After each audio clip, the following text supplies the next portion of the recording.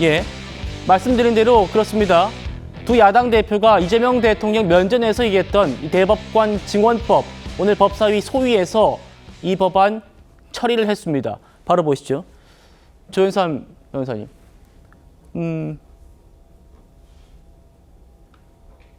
오늘 전체 회의는 취소가 됐더라고요. 소위를 열어가지고 김용민 의원과 장경태 의원의 안을 처리를 했는데 대법관 수를 현행 14명에서 30명으로 늘리는 안.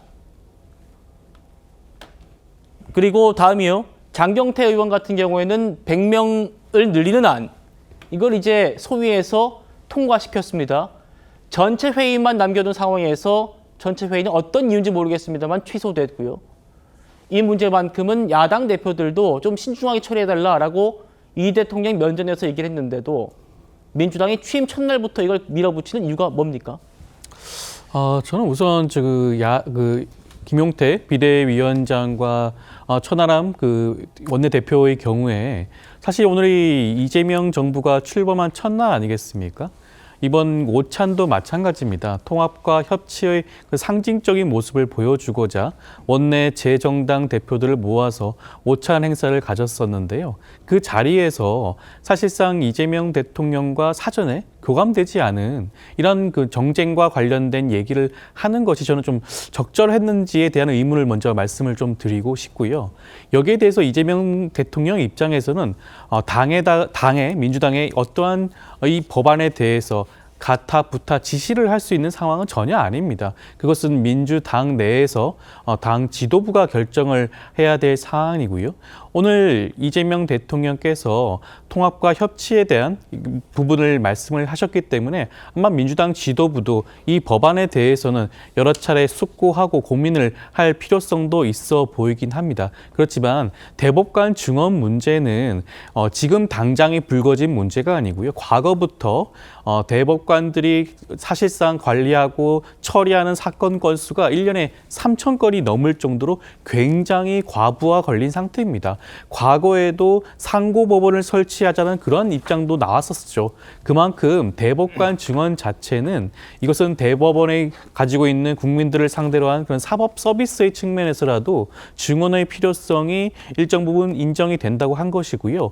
증언 숫자에 대해서 이견이 있을 수는 있지만 그것도 단계적으로 늘리는 겁니다. 현 정부에서 그 전체 인원을 늘리지 않을 수도 있는 부분이에요. 그렇다고 한다면 그 부분에 있어서 여야가 조금 더 논의를 통해서 공론화 과정을 통해서 조절하는 식으로 수정이 되어야 되지 이것을 가지고 원천적으로 봉쇄하려는 입장인 자체는 좀 지나친 게 아닌가라는 생각이 듭니다.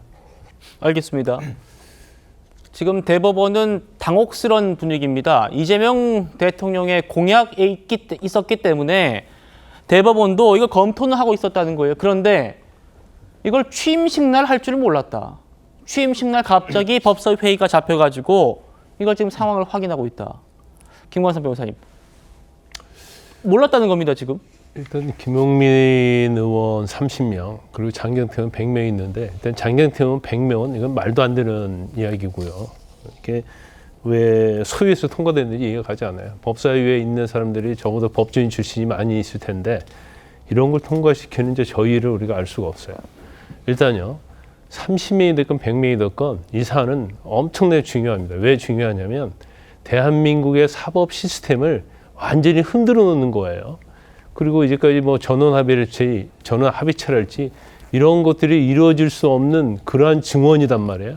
그러면 사법 시스템 자체까지 어떻게 보면 완전하게 뒤집어 놓는 이런 법이라고 한다면 사실은 절차를 제대로 거쳐야죠. 청문회 거쳐야 하고요. 예. 그다음에 대법원의 의견 들어야 하고요.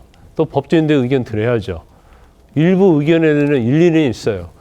너무 대법원의 사건이 폭주하기 때문에 대법관의 수는 좀 늘려야 한다. 거기에는 동의할 수 있는 부분이 어느 정도 있죠.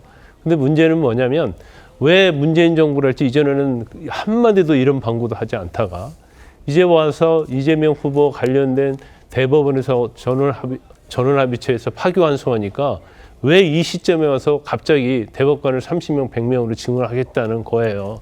그 시점에 와서 문제가 있는 거고 이건 청문회 됐건 뭐든 이건 국민의 의견을 수렴을 해야 하고요. 절차를 반드시 거쳐야 합니다. 이걸 그냥 민주당에서 일방적으로 30명, 100명 법안 발의해서 많은 국회의원수를 가지고 있다고 해서 본회의에서 이걸 처리하는 것 자체는 이건 완전히 잘못된 것이라고 볼 수밖에 없고, 제가 볼 때는 우리가 검경수사권 조정법이 있었잖아요.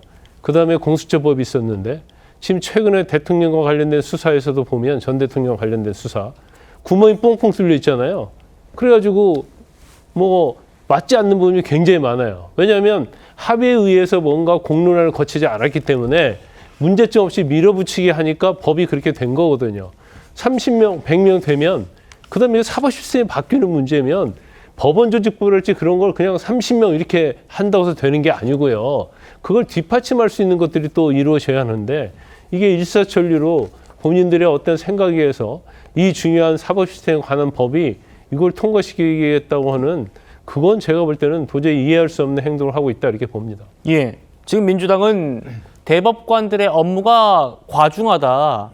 이걸 좀 풀어줘야 된다라는 입장입니다만, 정작 대법원에서는 반대하고 있습니다. 천대엽 법원행정처장 이야기 한번 들어보시겠습니다. 재판의 지연이 심각한 상황에서 상고심에 대법관 수만 대폭 청을 한다고 하면은 결국에는 이제 전원합의체가 사실상 이제 형이화 마비되어 버리기 때문에 법령 해석 통일 기능이 이제 마비되어 버리고, 동시에 전원합의체를 통한 충실한 심리를 통한 또 권리 구제 기능, 이런 부분도 역시 마비될 수밖에 없다. 이런 말씀은 꼭 지적을 해야 될 것 같고요. 독일이나 프랑스 이런 경우에도 대법관 수 자체가 그렇게 많다는 것이 아니라 그 구성을 보면은 역시 부장 법관과 기타 법관으로 이렇게 이원화되어 있습니다. 그래서 이런 부분에 대한 치밀한 어떤 이제 조사 없이 일률적으로 대법관 수만 정원하게 된다면 국민에게 큰 이제 불이익이 돌아가는 그런 제도가 될 것이라는 심각한 우려를 가지고 있습니다. 조경 위원장님, 지금 야당 대표들도 공통적으로 얘기하고 있는 게 이겁니다. 공수처법이 이렇게 비슷하게 처리됐었다. 그래서 지금 졸속으로 뭔가 통과돼가지고 인원, 뭐 예산 모두 현실과 맞지 않다 그래서 공수처에서 지금 법 개정해달라 반박 나오고 있지 않느냐. 대법원도 지금 구체적인 인원이나 예산, 뭐 상고심 운영에 대한 그런 검토, 또 우리 김광삼 변호사님 말씀하신 것처럼 뭐 공청회 한 번 없이 이걸 지금 임기 첫날부터 밀어붙이는 이유가 뭔가라고 묻고 있습니다. 어떻게 답변 주시겠습니까? 저 요거 약간 오해는 있었던 것 같습니다. 오늘 하필 이게 소위원회 회부가 돼서 통과가 되니까 바로 내일 본회의에 처리될 것처럼 그렇게 읽혀져서 오늘 첫 그 여야 대표 회담, 이재명 대통령과 갖는 첫 자리에서 지금 이 문제를 꺼내들었는데 그건 네. 아니고요. 이게 의안으로 제출이 돼 있기 때문에 법안 소위 논의를 거쳤는데 법사위에서 좀 속도를 내는 모양을 비추니까 이제 문제가 된 거지. 지금 나온 것처럼 일단 중지됐지 않습니까? 당에서도 당 차원에서 오늘 법사위를 통과시키고 내일 본회의 처리하겠다 하는 일정을 갖고 있었던 게 아닙니다. 지금 말씀하신 것처럼 저도 뭐 같은 의견인데요. 이 대법관 증언에는 대법원 전원합의체 운영에 대한 부분, 또 예산이나 조직 관련된 논의도 같이 진행돼야 되기 때문에 법사위 논의나 이후 이 본회의 상정 과정에서 보완이 좀 돼야 될 겁니다. 아마 그런 의견 수렴 과정을 거쳐야 될 필요성 때문에 오늘 소위를 통과시키고 법사위 전체에 상정하지 않은 것으로 보여지고요. 그 부분에 대해서는 여러 가지 다른 이 법제 선진국들의 선례가 있습니다. 독일 같은 경우에 대법관 수가 훨씬 많은데 거기는 민사 대재판부, 형사 대재판부 등 이렇게 이 부를 나눠서 거기에 합의로서 이 주요 사건을 처리하기는 방식도 있고요. 그러니까 할 수 있는 방법이 여러 가지 이제 사례들을 가지고 법원 조직법을 전체적으로 이제 좀 보면 되는데 그 논의의 여지를 두고 있는 거다. 내일은 세계특검법하고 검사징계법 원래 예정돼 있던 법안 처리에 의한 상정을 계획하고 있지. 예. 이 법 내지 또 형사소송법 또 공직선거법은 내일 뭐 검토 대상이 아닙니다. 이 부분을 왜 첫날 오히려 이 법안을 밀어붙일 계획을 갖고 있는 게 아니었음에도 불구하고 이 문제를 들고 나와서 첫날부터 왠지 이렇게 야당에서 대통령이 뭐 법안 밀어붙이기를 하는 거냐 아니냐 이런 이미지를 만든 것이 적절했나 하는 생각이 듭니다.